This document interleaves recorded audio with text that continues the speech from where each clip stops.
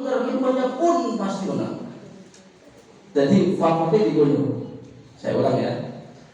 Barang siapa yang taat kepada Allah dan Rasulnya, maka dia akan benar, dan orang yang bermaksiat kepada Allah dan Rasulnya, loh, kok mandek itu? Lah pula berarti sing maksiat ikut-ikutan benar. Langsung ditegur sama Rasulullah SAW. Kum biksal khatib anta. Sapa yang ceramah imam? Kula kanjeng Nabi ngatek. Biksal khatib anta. Run penceramah sing paling elek iki awakmu. Lho Rasulullah ngilokno wong tahu lho. Ngilokno wong tahu. Biksal khatibu anta. Tahu kamu penceramah yang paling jelek itu ya kamu ini. Kamu kalau ceramah lanjutkan, kalau ngomong wa may ya'sillaha wa rasulahu faqad ghawa. Faqad ghawanya ini gandengan, jangan dipisah. Biar jelas maksud yang kamu sampaikan. Wa may yuti'illah wa rasulahu faqad rasyada. Yang taat kepada Allah, Rasulnya, maka dia akan berada di jalan yang benar. Wa man ya'sillah wa rasulahu faqad ghawa. Yang melanggar perintah Allah, melanggar perintah Rasulnya, faqad ghawa, maka dia betul-betul sesat. Jelas ya? Ngono nek ngomong dari diseneni sama Rasulullah sallallahu alaihi wasallam. Peristiwa ini lalu direkam oleh para ulama, kemudian dibuat satu kesimpulan betapa pentingnya memperhatikan penggalan-penggalan kalimat. Artinya kalau hanya sekedar ceramah saja, Rasulullah begitu perhatian terhadap penggalan-penggalan kalimat, apalagi kalau itu kalamun. Nah, begitu mafhumnya.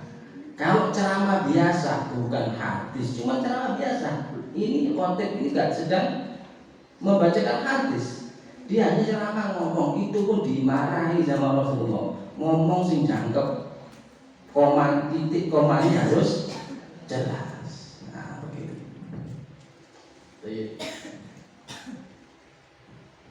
Itu tidak hanya berlaku sebenarnya untuk Al-Quran, enggak.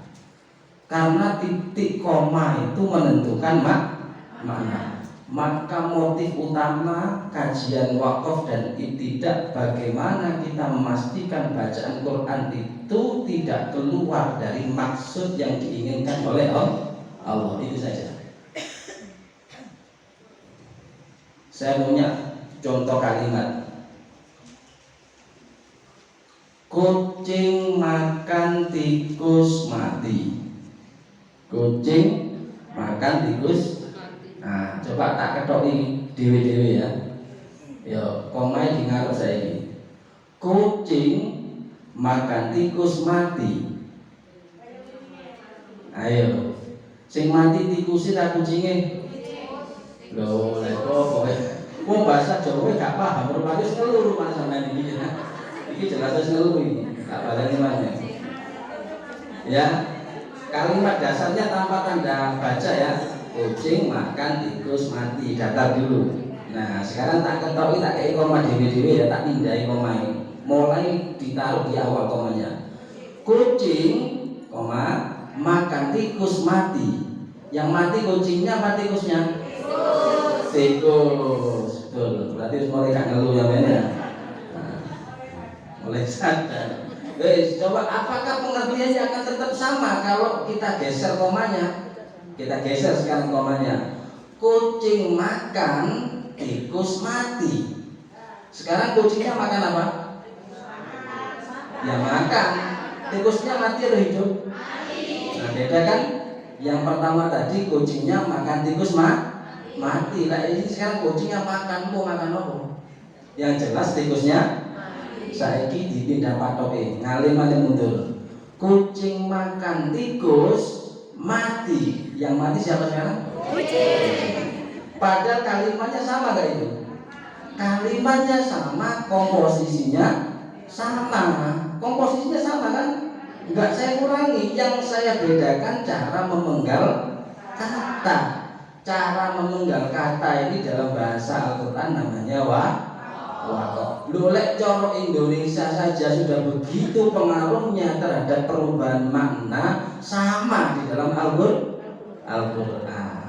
Maka kalau ada orang bilang nggak penting yang penting mojo wis enak, kok enak, ini enak, ya itu penting ya. Tapi bagian dari yang terpenting yang harus diperhatikan adalah cara wakaf dan tidak. Karena itu Sayyidina Ali karramallahu wajhah seperti yang saya kutip di depan itu mendefinisikan at-tartil huwa tajwidul huruf wa ma'rifatul huruf.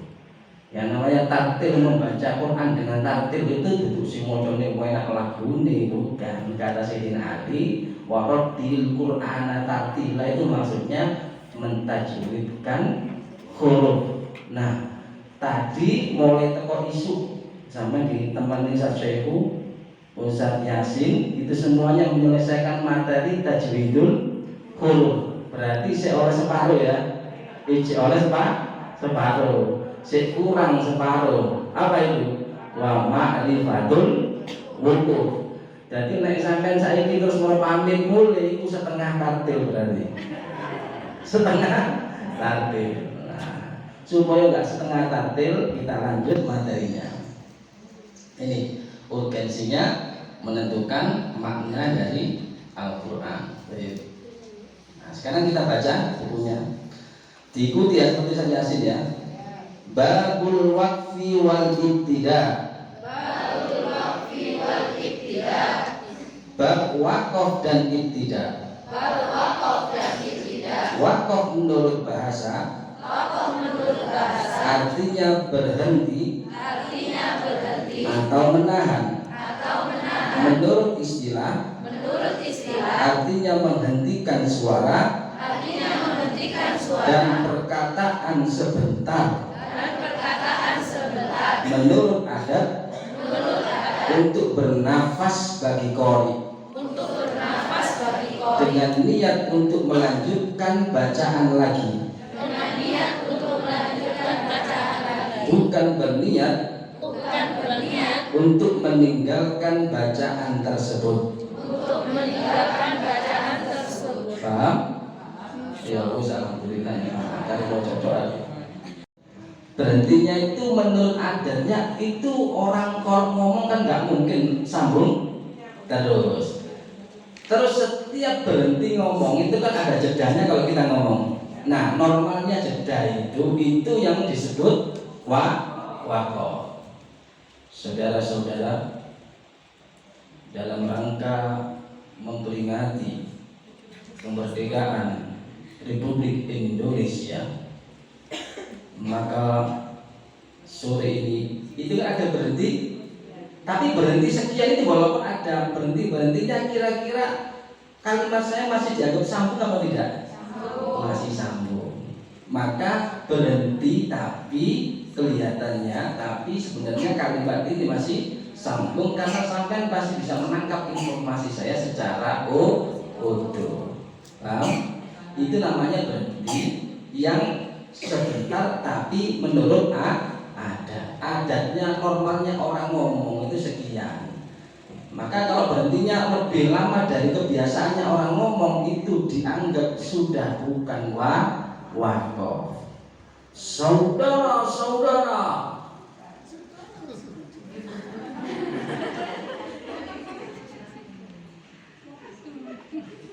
sesuai dengan aku paling ngeluh sih ngomong gini ya, berhentinya sudah nggak urfan, tidak, memang nggak ada batasnya berapa menit berhentinya, berapa detik berhentinya, nggak ada. Tapi orang bisa mengukur pembicaraan ini sedang berlangsung sambung atau sudah berhenti. Nah, itu namanya berhenti secara adat. Kemudian untuk bernafas bagi qori. Apa qori itu? Pembaca Al-Quran. Sebenarnya qori itu maknanya pembaca Al-Quran. tapi suwe-suwe terus dibajak ini. Istilah qori itu dibajak hanya dimiliki oleh mereka yang punya suara indah. Akhirnya sampai-sampai ini gak pantas diceluk qori. Gak qori balik ora gak pantas balik kok korek ya. Sebenarnya makna qori sendiri itu pembaca Al-Quran.